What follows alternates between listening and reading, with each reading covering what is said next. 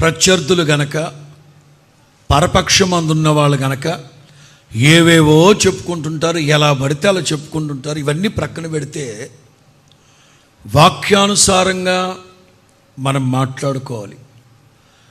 దేవుని హృదయాభిలాష లేక ఒక సేవకుని అభిమతం ఏంటో తెలుసా? సమాజంలో ఉన్నవాళ్ళు, మీ ఇరుగు పొరుగు వాళ్ళు, మీ ఆత్మీయులు, మీ శ్రేయోభిలాషులు, మీ బంధువులు, మీ తోబుట్టువులు మిమ్మల్ని గురించి ఏమనుకోవాలి తెలుసా? మిమ్మల్ని గురించి ఏమని చెప్పుకోవాలి తెలుసా? అనుకోవడం కాదు, జస్ట్ చూడడం కాదు, చెప్పుకోవాలి. వాళ్ళు చెప్పుకోవాలి ఏమని?